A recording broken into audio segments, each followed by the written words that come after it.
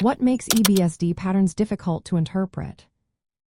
Imagine trying to read a map with many overlapping roads and confusing landmarks. That's similar to what analyzing electron backscatter diffraction patterns can feel like. When using a scanning electron microscope to study materials, scientists relying on these patterns to understand the crystal structure and microstructure. But sometimes, these patterns can be tricky to decode, and understanding why can help us avoid mistakes in failure analysis and investigating mechanical issues. One big challenge is pinpointing the pattern's center, the exact spot on the sample where the diffraction pattern starts. If this is off, it can make the entire pattern look rotated or strained, leading to incorrect conclusions about the material's behavior. Think of it like misaligning a camera lens. The entire picture gets distorted. Surface quality also plays a major role. Since electron backscatter diffraction only looks at the very top layer of the sample, any scratches, dirt, or damage from sample preparation can hide or distort the Kikuchi bands, the bright lines in the pattern that tell us about the crystal orientation. Proper polishing and cleaning are essential to get clear, reliable patterns. Material properties can make interpretation more complex too.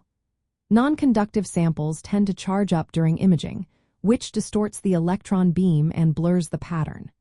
If the material has many different phases or is rough, the diffraction signals can overlap or become weak, making it hard to tell one phase from another or to identify specific features. The quality of the pattern itself depends on the detector and how the experiment is set up. If the detector isn't sensitive enough or if the sample isn't tilted correctly, the Kikuchi bands may be faint or noisy. This can cause misindexing, where the software guesses the wrong crystal orientation. Some materials have what's called pseudo-symmetry, where different orientations produce very similar patterns.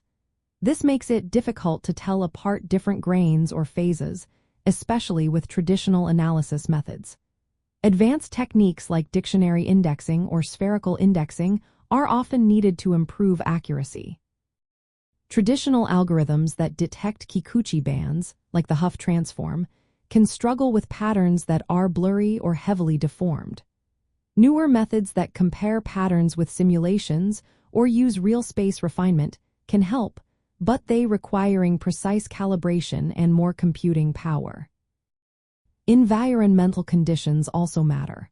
When experiments are done at high temperatures, infrared radiation can interfere with the detector, reducing pattern clarity.